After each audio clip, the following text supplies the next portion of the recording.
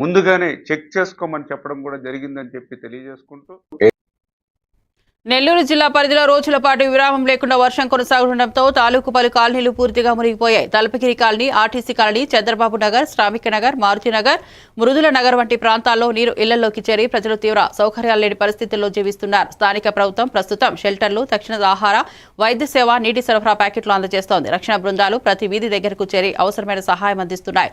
ప్రజలకు తాత్కాలికంగా కేంద్రాల వైపు వెళ్లాలని, విద్యుత్ లైన్ల దగ్గరగా ఉండరని సూచనలు ఇచ్చారు. తుఫాన్ తీరం దారిన వెంటనే క్లీనింగ్, డ్రైనేజీ అధికారులు వెంటనే పనుల్లో నిమగ్నమై పునరావాస చర్యలను పూర్తి చేయనున్నట్లు అర్హులైన ప్రతినిధులు స్పష్టం చేశారు.